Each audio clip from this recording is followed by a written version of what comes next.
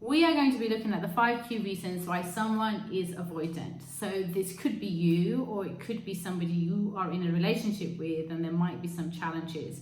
So with this, it gives you a much more nuanced understanding of the underlying makeup behind that person and why they are the way they are.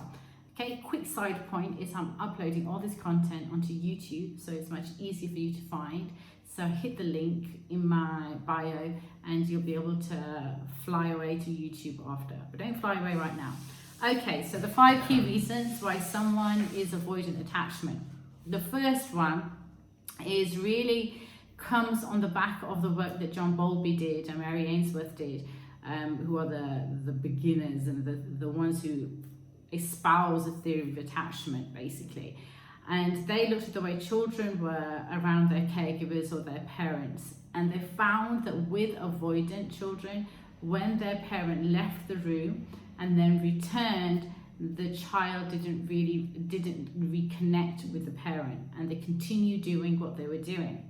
Now, and just so that you understand this, there's comparative anxious attachment, which is that when the parent left the room and then returned, the child became really clingy and really attached to the parent in the concern that the parent was then going to leave them or the caregiver was going to leave them.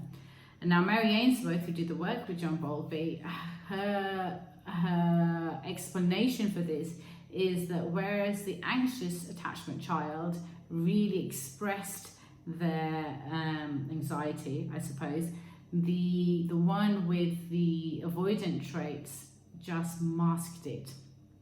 Okay, so when they're masking it doesn't mean that they weren't distressed. It wasn't that they weren't bothered. It's just that they thought, well, the person's gone. I can't really rely on that particular person to be available, and so their distress was just gone. And it doesn't necessarily then apply to everyone in that way, right? We all didn't have this key moment where our parent left the room and then returned and we were like, we're done. But it does show that when this particular person who has avoidant tendencies isn't able to rely on the people around them to give them what they need, they kind of tune in, which I'm going to explain a little bit later. So the first part is that.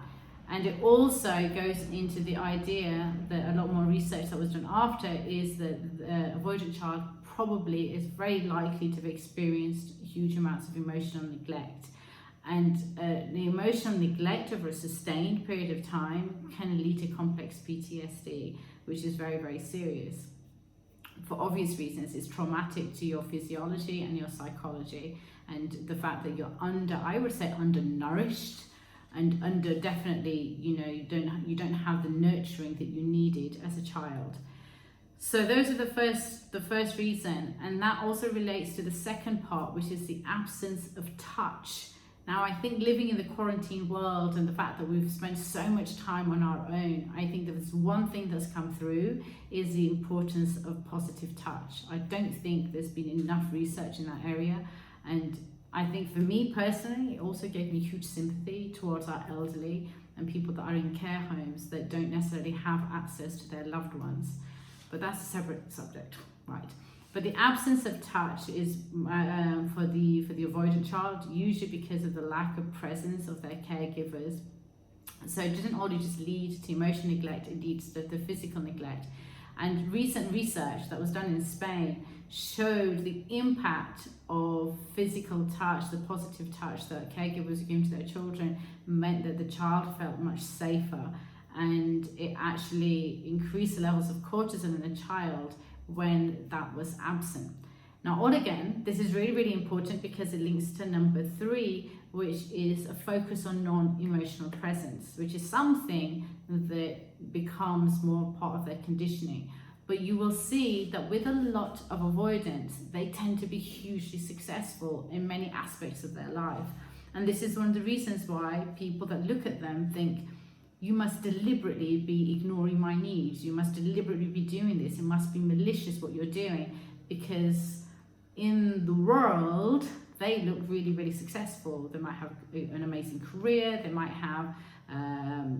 look amazing. They might have an amazing body, and they might have lots of hobbies and interests and lots of things and lots of friends, right? Because those don't really require emotional intimacy. So they end up focusing on a non-emotional presence.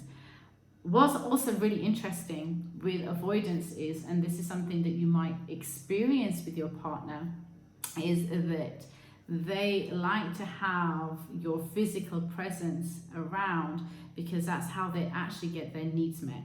So they might not necessarily need to have the emotional intimacy and those conversations, but they do really like the fact that you're in and around them. And that presence in itself is incredibly soothing to somebody who's avoidant.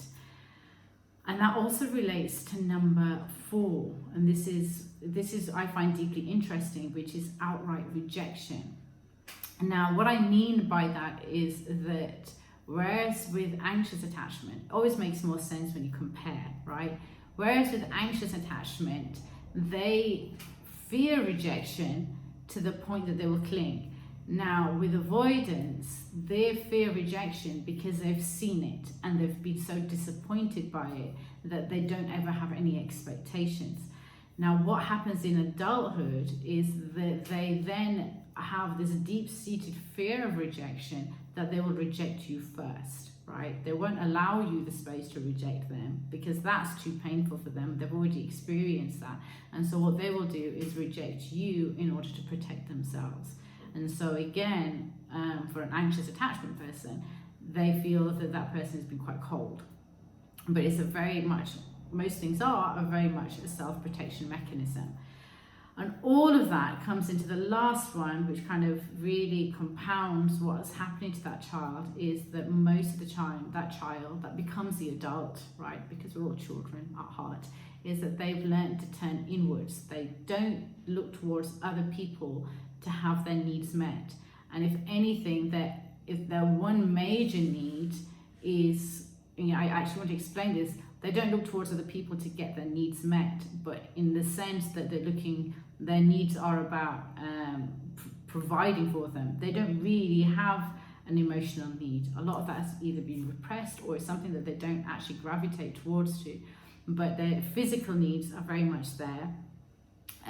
But they tend to turn inwards for nearly everything else in their life, and they see it as a sign of weakness if they don't or kind of look towards anybody else. They just don't trust it. They just don't think it's going to be there. It's not something they even think about anymore. So when you've got that kind of psychology, you can see that in some levels this is a huge survival mechanism, but it also brings about huge benefits for the person because their world in every respect is thriving except in the area of relationships. So those are your 5 key reasons why somebody is avoidant. Hit a comment down below if you've got any questions that come up for you as you're listening to this, and if you've got any other questions that you'd like me to do a video for, then please shoot them down below also, or DM me and I would be more than happy to answer them. Okay, stay blessed, stay happy, and I will surely see you soon.